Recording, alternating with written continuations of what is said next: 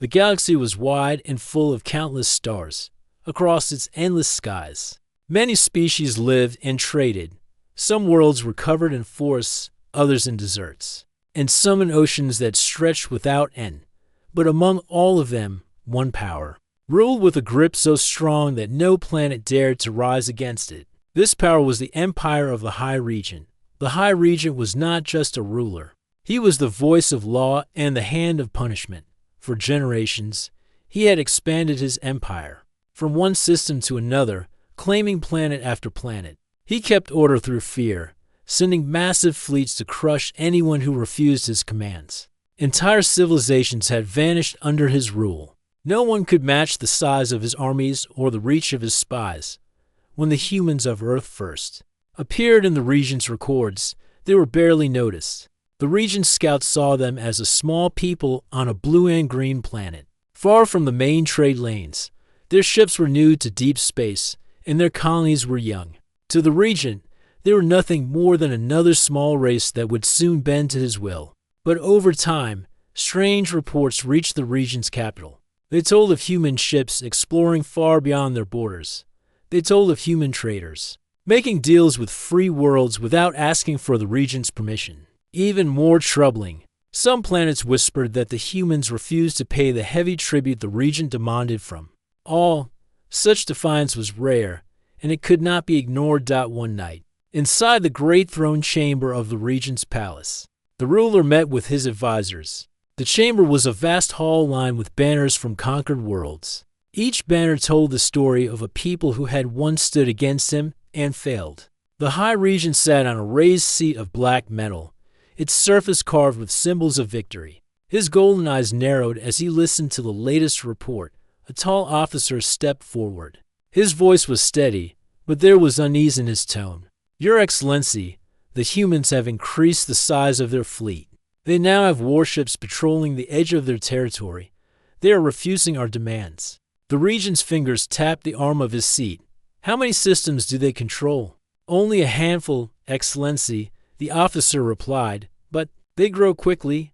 Their factories work without pause. Their colonies spread to worlds rich in resources." Another advisor, shorter and older, added, "If left unchecked, they may become more than a small problem. Other worlds may see them as a symbol of resistance." The Regent's eyes grew cold. "Then we will break them before they inspire anyone else. Send them a message. Tell them they have 7 cycles to surrender their fleets, their colonies, and their independence. If they do not, they will be destroyed." The order was carried out at once. The Regent's envoys prepared a transmission for Earth. The message was sent on every frequency, in every known human language, so there could be no doubt of its meaning. On Earth, the message arrived in the middle of the night for some, and in the bright hours of the day for others. In cities and towns, people gathered around screens and listened to the voice of the High Regent. His face filled the displays, tall and proud, with sharp features and armor that gleamed like steel. His voice was deep and carried the weight of command. "People of Earth," he said, "you have entered the galaxy without respect for its order. You have defied the rightful ruler of all the stars. You have taken worlds and traded without my blessing. This cannot continue. You will surrender your ships, your colonies, and your freedom to the empire of the High Regent. You have 7 cycles to obey. Refuse, and I will send a fleet that will turn your worlds into ash." The words fell like a shadow over Earth. In the great halls of the United Earth Council, leaders from every nation met in emergency session. The council chamber was shaped like a circle, with each seat filled by a representative of a different land or colony. At the center stood Commander Mara, a woman known for her calm strength and her skill in war. She had fought in border skirmishes years before, when pirates threatened the colonies. Many trusted her to speak with reason, even in the face of danger. The head of the council, an older man named Ron, rose to speak. "We have all heard the Regent's message. We must decide whether to submit or to resist. If we fight, we risk destruction. If we surrender, we lose everything that makes us free." A voice from one side of the chamber said, "We cannot hope to match the size of his fleet. We are strong for our size, but compared to the Empire, We are nothing. Another voice, firm and unshaken, answered, size is not everything. We have skill, and we have unity. We have beaten enemies before who thought they could crush us. The room grew quiet when Mara stepped forward. She looked around at the faces of the council members. The High Regent believes we will kneel because others have. But we are not like the others. We have fought for our world in the past, and we will fight for it again. He says his fleets will turn our worlds into ash. I say they will find only resistance.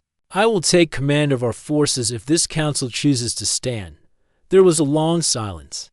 The leaders exchanged looks. Slowly, one by one, they raised their hands in agreement. The decision was made. Earth would not surrender. Orders were sent to every colony and every military base. Warships and dock were prepared for launch. Pilots were called back from leave. Engineers worked without pause to arm the newest vessels across the human worlds. The air was filled with a quiet tension. People knew a storm was coming, far away. In the regent's palace, his spies reported this decision. The regent's lips curved into a thin smile. So they choose defiance, he said. Then they will serve as an example to the galaxy. But in his heart, the High Regent did not yet understand the humans. He did not know the depth of their will to fight. He did not know that they had learned from every battle they had ever fought, no matter how small. He saw only their numbers and their ships, not the spirit that guided them. As the first human fleets began to form and spread into defensive positions, Mara stood on the bridge of her flagship. Through the wide windows, she watched the blackness of space. She knew the enemy would come, and she knew the battles ahead would test them all. But she also knew this. Humanity had chosen its path, and there would be no turning back. The message from the regent had been meant to frighten them into obedience. Instead, it had awakened something deeper. Across every human world, in every settlement and city, the same thought began to grow. They would not be ruled by fear. They would stand, no matter the cost. And so, the war between Earth and the Empire began with a single warning, spoken in pride and arrogance. The regent believed it was the humans who should fear. Soon, the galaxy would learn it was the regent who should be afraid. The United Earth Council chamber was full. Representatives from every nation and colony had gathered. The walls were covered with large screens showing live images of space stations, shipyards, and cities across human territory. The air inside the room was heavy with tension. Everyone knew that the decision made here would decide the future of Earth and its people. At the center stood Commander Mara. She had been chosen by the Council to lead the defense if war came. Her dark uniform was simple, but the way she carried herself spoke of discipline and strength. She looked at the faces around her.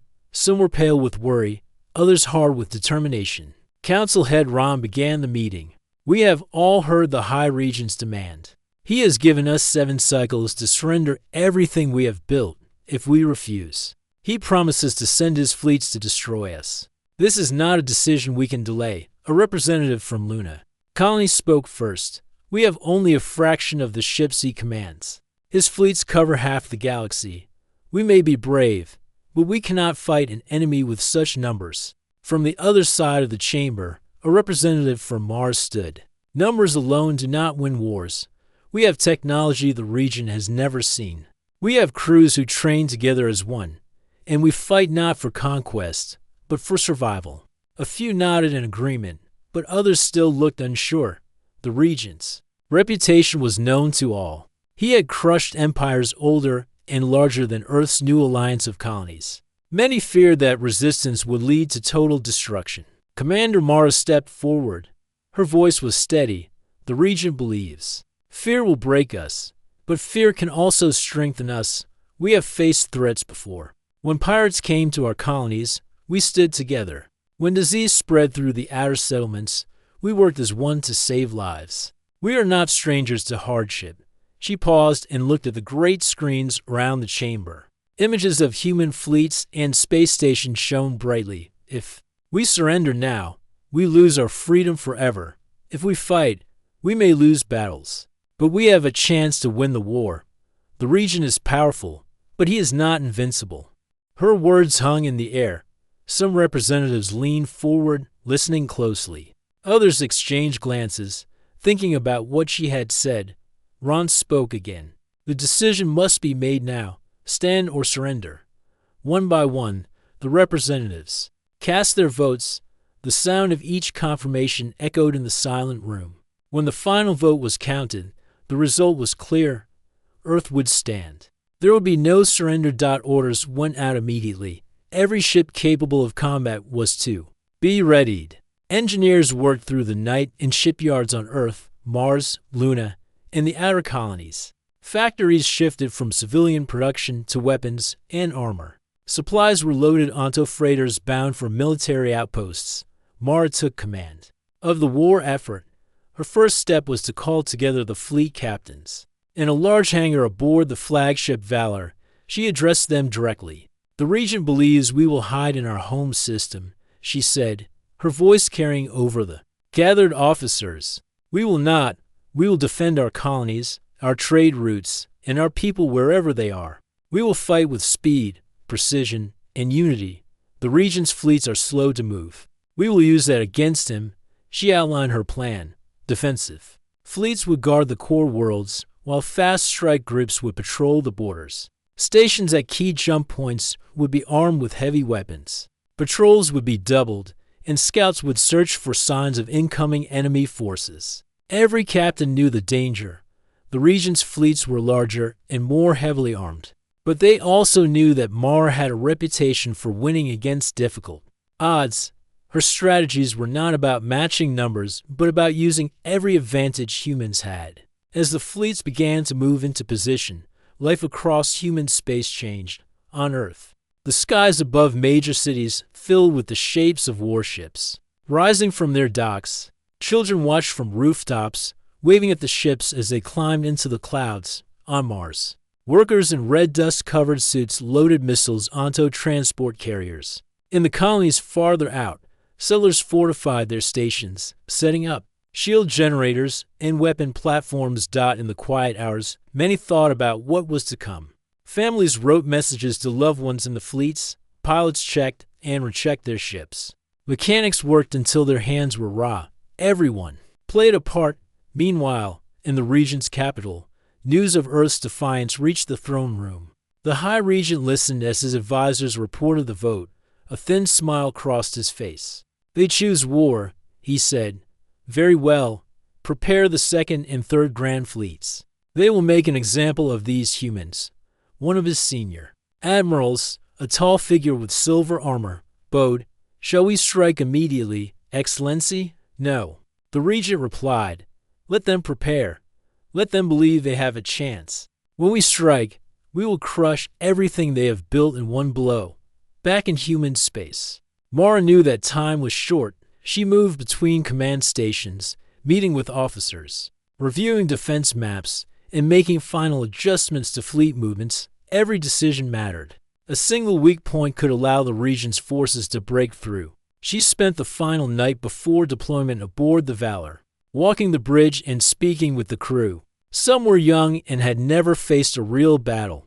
Others were veterans of smaller conflicts. All of them looked to her for leadership. "You know why we fight," she told them. "We fight so that no one can take our homes, our families, or our freedom. The Regent thinks we are weak. Tomorrow, we begin to show him how wrong he is." The next morning, the first wave of human fleets left dock. They moved into the blackness of space, engines burning bright. At the edges of human territory, scouts began sending back reports of strange activity in deep space. Something was coming. The Council on Earth watched every update.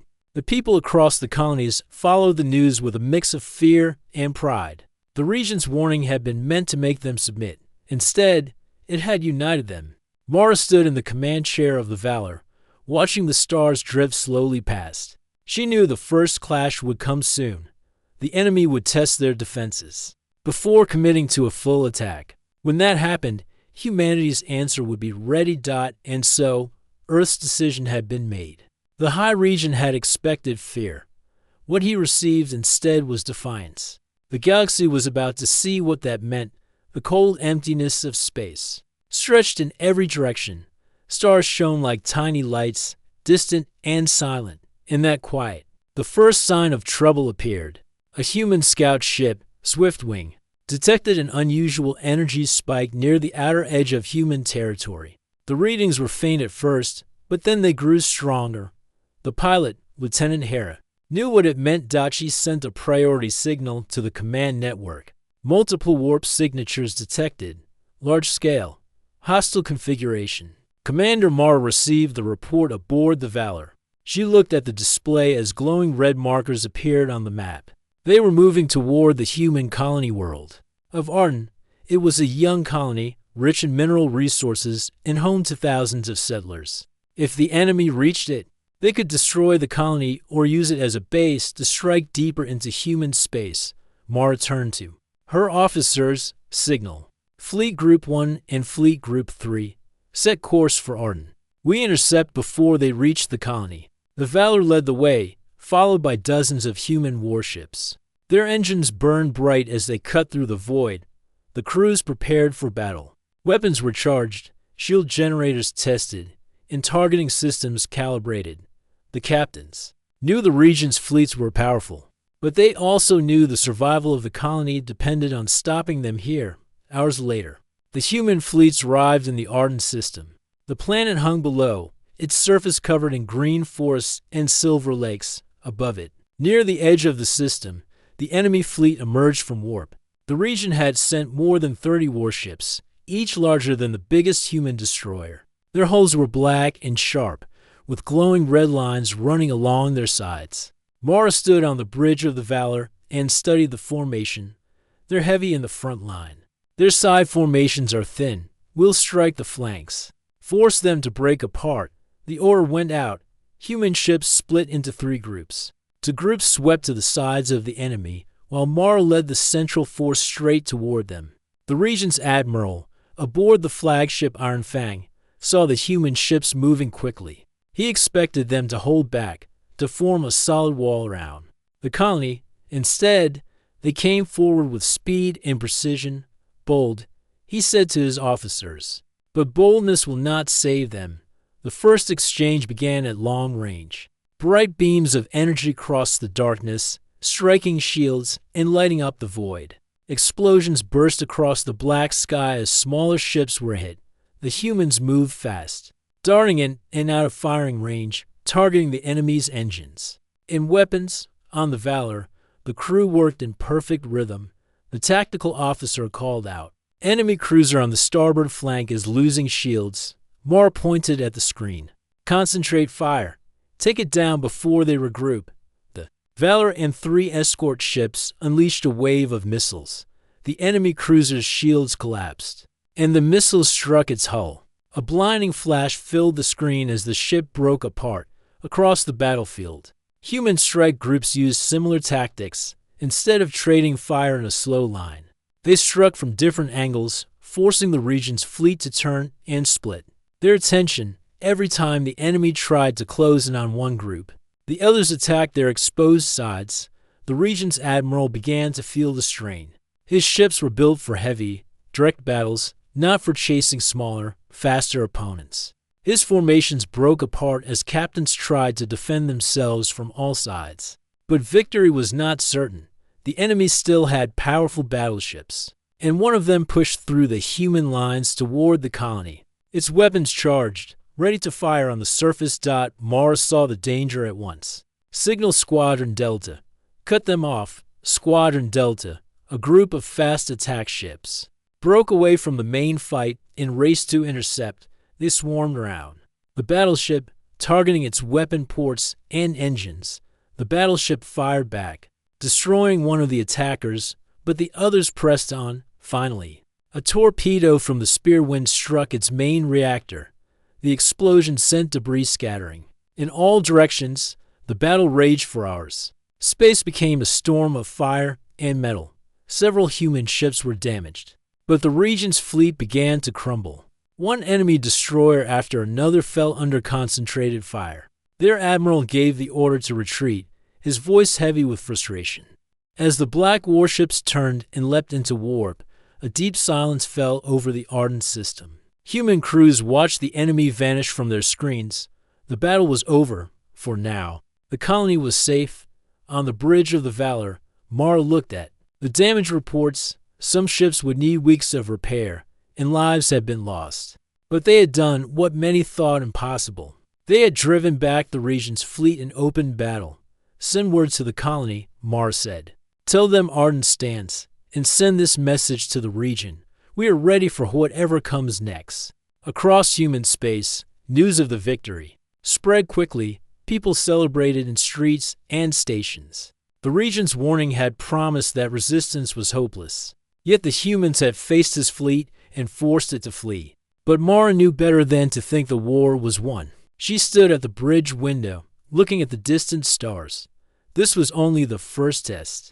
The regent would come again, and next time he would bring more ships, more weapons, and more determination. Still, the first clash had shown the truth. Humanity could fight, and humanity could win. That was enough to light a spark of hope across the galaxy. The victory at Arden spread across human space like a wave of light. From the inner cities of Earth to the mining colonies on the edge of known space, people spoke of the battle. For the first time, they saw that the High Region's fleets could be stopped. It was not an easy fight, but it proved that humanity was far from helpless. Commander Mara knew that the Regent would not forget his defeat. He would return with a fleet far larger than before. One battle could not win the war. If they wanted to survive the next attack, they needed more ships, more weapons, and more allies. In the United Earth Council chamber, Mara stood before the gathered leaders. The great screen showed the current state of the fleet. Red marks showed damaged ships. Yellow marks showed those still under repair. Even with the victory, their numbers were small compared to what the region could send. We cannot wait for the enemy to decide the time and place of the next battle, Mara said. We must be ready everywhere, not just in our own territory. We need thousands of warships. We need supply lines across the stars. And we cannot fight alone. The council agreed. Messages went out to every shipyard, factory, and outpost. Civilian industries were switched to military production. Passenger liners were rebuilt as troop carriers. Cargo freighters were fitted with armor and weapons. On Earth, Mars, Luna, and the colonies, the sound of construction filled the air. Shipyards in orbit worked without pause. New destroyers, cruisers, and carriers rolled out of the docks each week. Crews trained as they built, learning their stations before the ships were even finished. Every vessel was tested for speed and endurance. The goal was simple: overwhelm the regent with numbers he could not ignore. While the fleets grew, Mara turned to diplomacy. The regent's rule had brought suffering to many alien worlds. Some were too afraid to speak against him. Others had lost the will to resist after generations of control. Mara sent envoys to them all. The first to respond were the Kalari, a tall, thin species from the water world of Marinel. Their fleets had once been strong, but years of tribute had left them with little. They offered navigators skilled in charting safe paths through dangerous warp lanes. Then came the Brask, a short, broad-shouldered people from a rocky moon. They had no large fleet, but they had mines rich in rare metals. With their help, human shipyards gained access to alloys strong, enough to withstand the region's heaviest weapons. Others followed. Some sent fighters, some sent supply ships, and some sent crews to join the human fleets. Bit by bit, a new alliance formed. It was not as large as the region's empire, but it had one advantage: every member fought for freedom, not out of fear. As the alliance grew, so did the plans for the next stage of the war. Mara met with her captains in the command hall aboard the flagship Valor. The room was filled with holographic maps of the galaxy. Red lines marked the region's territory. Blue lines showed human and allied space. The regent will strike soon, Mara said, pointing to the map. When he does, it will not be a single fleet. He will attack many targets at once to stretch us thin. We must be able to respond everywhere. That means fleets stationed at every major jump point. It means mobile shipyards and supply bases. And it means every crew trained to fight without waiting for orders from Central Command. The captains understood. Independence in the field was risky, but against an enemy so large. It was necessary. Orders were sent out for joint training exercises between human and allied ships. Crews learned to work with different technologies, and battle styles. The scale of immobilization was unlike anything humanity had ever attempted. On Earth, entire cities worked only for the war effort. Factories built engines, armor plates, and weapons in endless lines. On Mars, foundries melted ore from the brass mines into metal for ship hulls. On the colonies, farms expanded to feed the growing fleets. In the orbital shipyard above Luna, the first of the new heavy carriers was completed, named Defiance. It could carry over 100 fighters and bombers. Its launch was broadcast to every allied world. People cheered as it moved into open space, its hull gleaming in the light of the sun. The region's spies saw all of this and reported back to his capital. At first, he dismissed the reports. He believed humans could never match the production speed of his empire. But as more fleets appeared in human space, his expression darkened. In the region's throne room, his admiral knelt. "Excellency, the humans are building at a speed we did not think possible. They have drawn allies from our own territories." The regent's voice was calm, but his eyes burned. "Then we will crush them before their strength is complete. Begin assembling the Grand Armada. We will strike with such force that no alliance can stand against us." Back in human space, the preparations continued. By the end of the year, the alliance had built nearly 2,000 warships. Hundreds more were in construction. Every jump route into allied space had at least one fleet on patrol. The people knew war was coming, but the fear that had once gripped them was gone. Instead, there was determination. They had seen the region's fleets driven back at Arden. They had watched their own power grow with every passing month. Commander Mara stood in the observation deck of the Valor. Through the wide glass, she saw ships moving in perfect formation. Fighters darted between cruisers. Supply vessels carried goods to distant stations. The sight filled her with pride. "This is only the beginning," she said to her second-in-command, Captain Raylan. "When the Regent comes, we will not just defend. We will push back. We will take this war to his own worlds." Raylan smiled. "He will not expect that, no," Mara replied, "but he will learn." The great mobilization was more than the building of ships. It was the forging of unity among worlds that had never worked together before. It was the transformation of a scattered people into a force capable of standing against an empire. And somewhere beyond the edge of the maps, the region's Grand Armada was gathering. The next battle would not be like Arden. It would decide the course of the entire war. The edge of the galaxy was a quiet place. Stars were thin here, and the darkness seemed deeper. This was the Outer Rim, a stretch of space far from the bustling trade routes. It was also the border between human-allied space and the High Regent's empire. For weeks, scouts had reported strange readings in this region, faint signals of movement, energy spikes far too large to be natural. Commander Mara knew what it meant. The region's Grand Armada was on the move from the Bridge of the Valor. Mara studied the map before her. Red symbols filled the screen, representing the region's ships. There were so many that they seemed to form a wall of fire and steel. Captain Raylan stood beside her. "They outnumber us more than 3-1, he said quietly. Mara nodded. "But we are ready, and this time we fight with allies." The Allied fleet was the largest humanity had ever assembled. Over 2,000 human ships stood in formation, joined by hundreds more from the Kalari. The Brask, and other worlds, heavy carriers floated behind the main lines, their hangars full of fighters and bombers. Frigates and destroyers formed screens in front of the larger cruisers and battleships. Supply ships moved between the lines, ready to keep the fleets armed and fueled. The two forces met near the Dorson Belt, a wide field of asteroids and drifting debris. Mara had chosen this location carefully. The dense asteroid clusters would break the enemy's formations, forcing them to fight in smaller groups instead of one giant wall. As the region's fleet came into view, the sight was overwhelming. Massive battleships led the way, their dark hulls glowing with red energy lines. Behind them came wave after wave of cruisers and destroyers. Above them, Fighter wings swarmed like a cloud of black insects. On the Valor, the communications officer spoke. Incoming transmission from the Regent's flagship. The screen lit up with the image of the Regent's Grand Admiral, a tall figure in silver armor. His voice was calm but full of pride. "Commander Mara, you have fought well so far, but this is the end. Your fleets will be broken. Your allies will abandon you. Surrender now, and your people may be spared." Mara stood tall. "We fight for our freedom, and we will not surrender. If you want our worlds, you will have to take them." The transmission ended. A moment later, the sensors screamed with alarms. The Grand Armada was advancing. Mara gave the order, "All fleets, hold formation. Wait for them to enter the belt."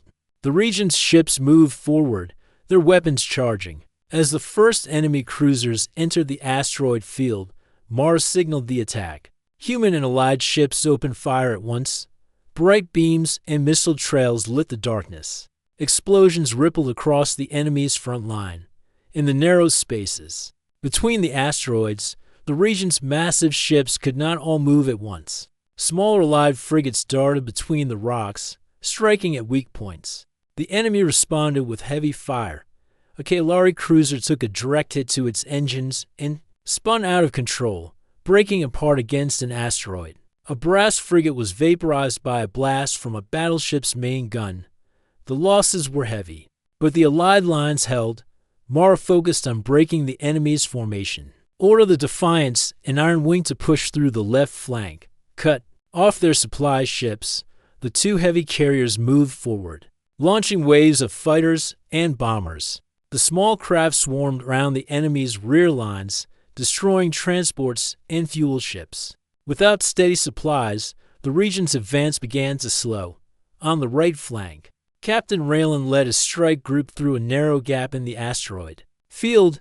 His ships appeared suddenly at the enemy's side, firing into their unshielded sections. The Regent's ships tried to turn, but the tight space made it difficult. One by one, their vessels were disabled or destroyed. The battle lasted for hours. The asteroid field became a storm of fire and debris. Both sides suffered losses. But the Regent's fleet could not bring its full numbers into play. Mara's plan was working still. The danger was far from over. In the center of the field, the Regent's flagship began to move forward, clearing a path with massive bursts of energy that shattered asteroids into dust. Its guns were powerful enough to destroy a human battleship with a single hit. Mara saw it on the tactical screen. "We need to stop that ship before it reaches the center. All available bombers, target the flagship's engines." Waves of bombers launched from the carriers, weaving through enemy fire. Many were destroyed before they reached the target, but enough made it through. Torpedoes struck the flagship's rear, tearing through armor. Flames erupted from its engine section. The giant vessel slowed, struggling to maneuver. With their flagship damaged, the Regent's formations began to fall apart. Some ships tried to retreat, but the asteroid field made it slow and dangerous. Allied fleets pressed the advantage, striking hard at isolated groups. At last, the Grand Admiral gave the order to withdraw. The surviving enemy ships began pulling back toward the edge of the belt. Mara's fleets held their positions, not chasing them too far. She knew the Regent still had many ships left. A reckless pursuit could lead into a trap. When the last enemy ship vanished into warp, the battle was over. The Allied fleets floated among the asteroids, their hulls scorched and battered. Crews worked quickly to put out fires, rescue survivors, and recover damaged vessels. On the Valor, Captain Raylan stood beside Mara. "We held them. We actually held them." Mara looked at the debris field outside the windows. "Yes, but this is only a step. The Regent will strike again. Next time, he will not underestimate us."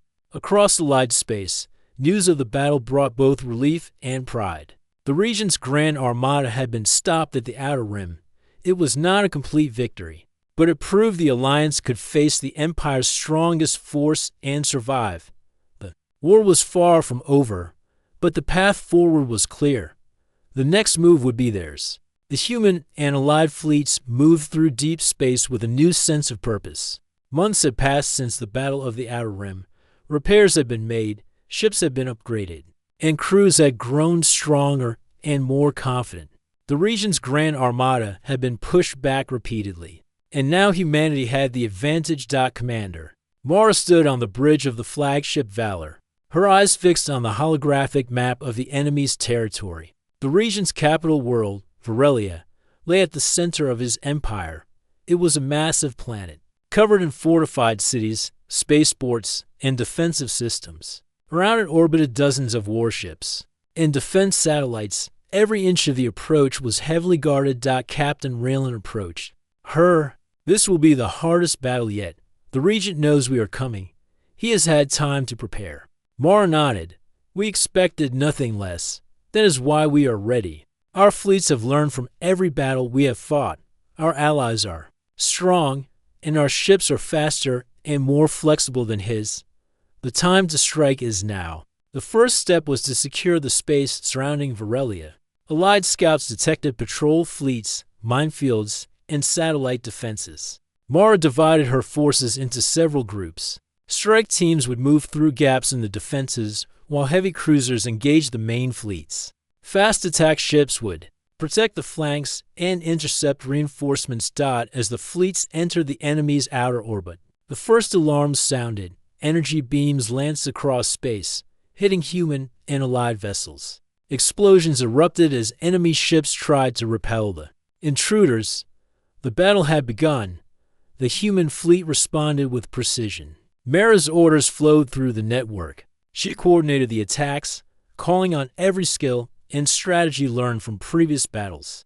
Allied ships worked together with human vessels, each species contributing its unique strengths. Kaelari energy weapons pierced enemy shields while Brask heavy cannons struck at distant targets. Through the chaos, Mara focused on the key objective, the capital planet. The region had built massive planetary shields to protect Varelia, capable of destroying anything that approached. Mara knew that disabling those shields would be the hardest part of the mission. Target the shield generators, she commanded. Strike fast and strike together. Once they fall, we can hit the surface. Squadrons of bombers and fighters weaved through heavy fire. Many were lost, but enough reached the shield generators to fire coordinated torpedoes. Explosions lit the dark skies as the generators were destroyed one by one. At last, the planetary shields flickered and went dark. Mara allowed herself a brief moment to breathe.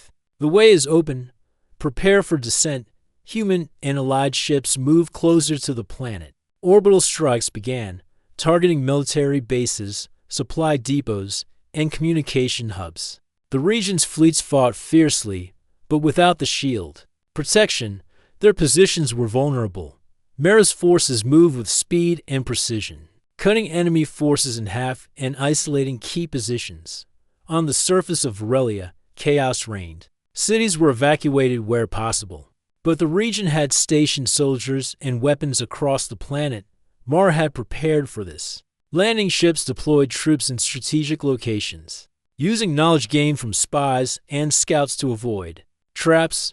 Ground forces moved quickly, securing key facilities and disabling defenses. High above, Mara directed the final phase of the assault. Focus on the palace, she said. The Regent will not surrender. We must force him to face the consequences of his actions. The Regent watched from his throne room as the surface and orbit of his capital were attacked. For the first time, he felt a flicker of doubt.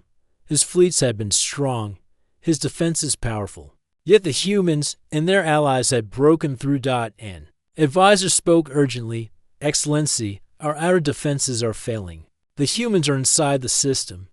They are moving toward the palace. The Regent's expression was calm, but inside he was furious. Send my guards, protect me. We will not be taken like this. Despite his orders, Mara's forces pressed forward. Human bombers and allied strike ships disabled remaining orbital defenses. Ground troops secured the palace perimeter, cutting off escape routes. Mara's command network coordinated every movement, ensuring the region could not flee. Finally, the moment arrived. Mara's personal ship, the Valor, hovered above the palace. Communication channels opened. and she spoke directly to the regent. This war is over, she said. Your fleets are broken. Your defenses are gone. Surrender and spare your people further suffering. The regent rose from his throne. His golden eyes narrowed, and his voice was firm. I am the High Regent. No human or ally will command me. I will not surrender. Mara did not respond. Instead, she signaled the final attack. Coordinated strikes from orbital guns and precision missiles targeted the palace, disabling key systems. Without harming the civilian population, ground troops moved into the structure. Within hours, the regent was surrounded. He faced Mara and her officers as they entered the Grand Hall.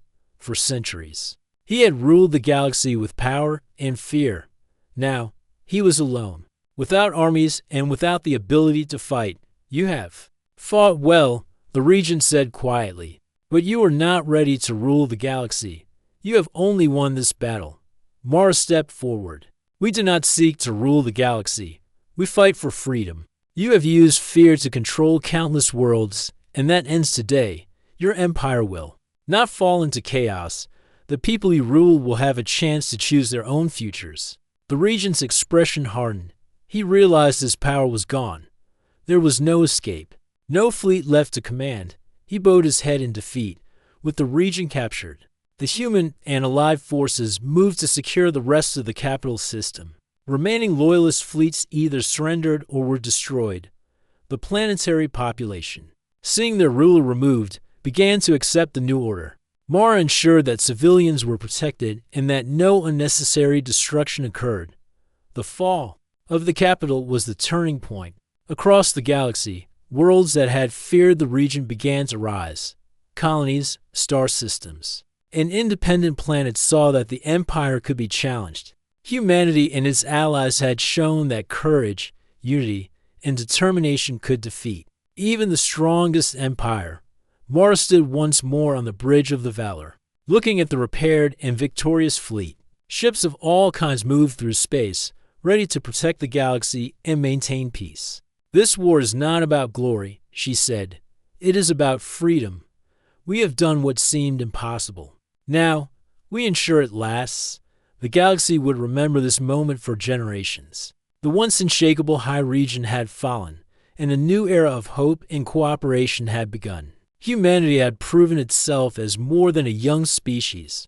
It was a force to be respected, a beacon of courage, and a symbol of what could be achieved. When people stood together for what was right, the galaxy was quiet. After centuries of fear and oppression under the High Regent, a new dawn had arrived.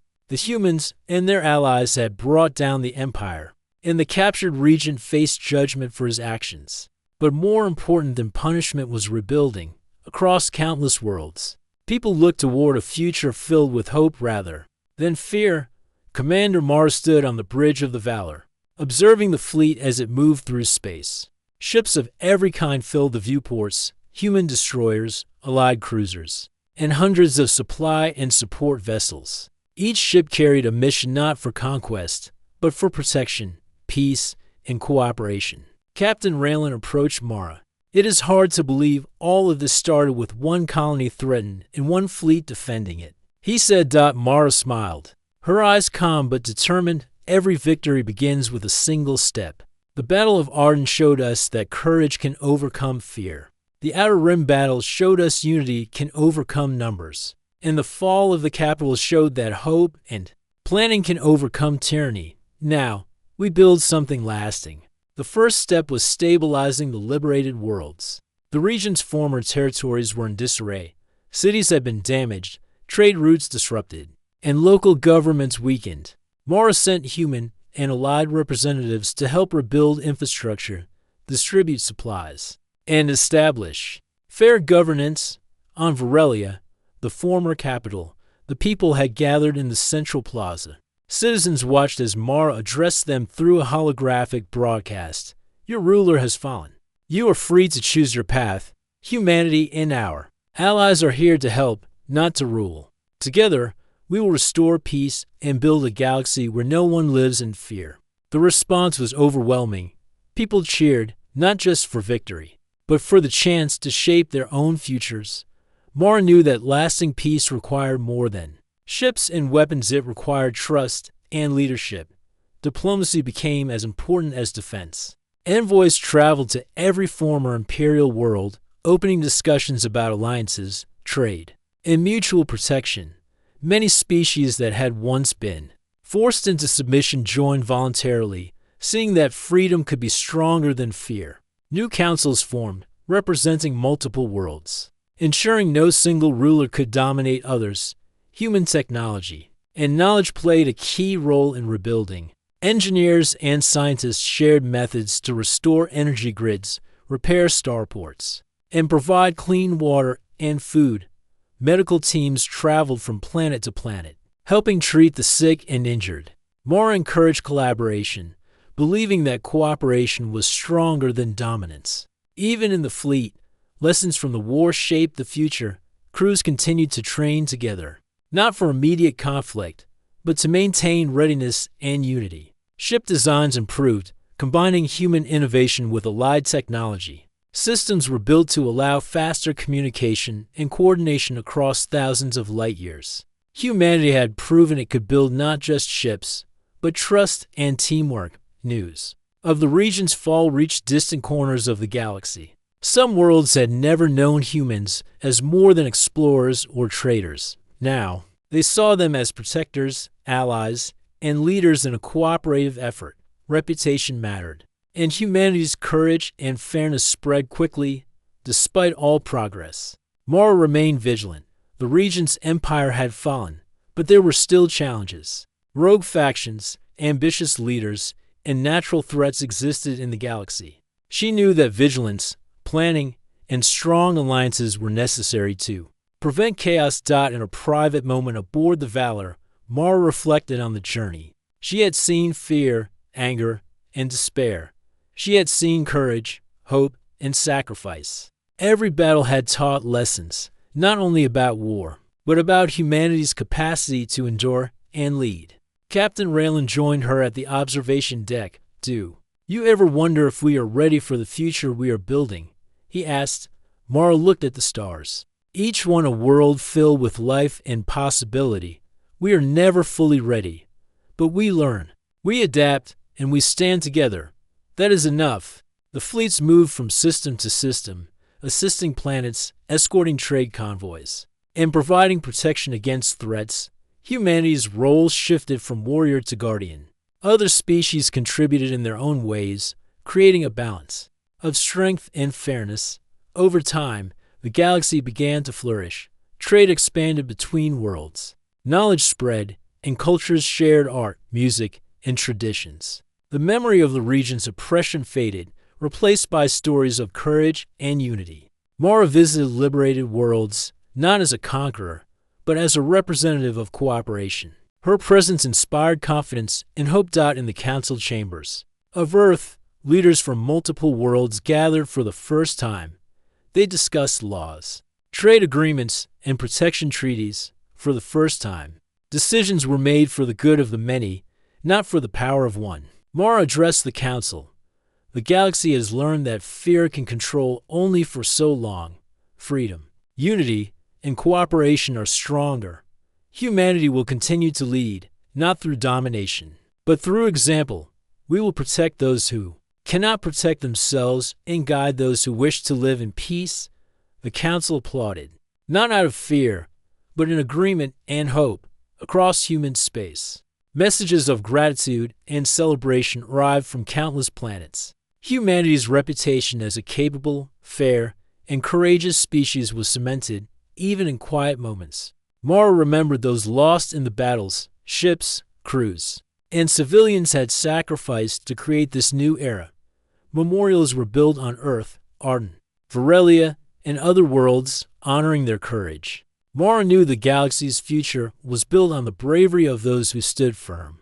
When the odds seemed impossible, years passed. Human fleets became guardians of peace, patrolling the borders, protecting trade, and assisting in crises. Allied worlds joined them in these missions. Humanity had transformed from a young, cautious species into a respected force for stability. One evening, Mara stood alone on the bridge of the Valor, watching stars drift past.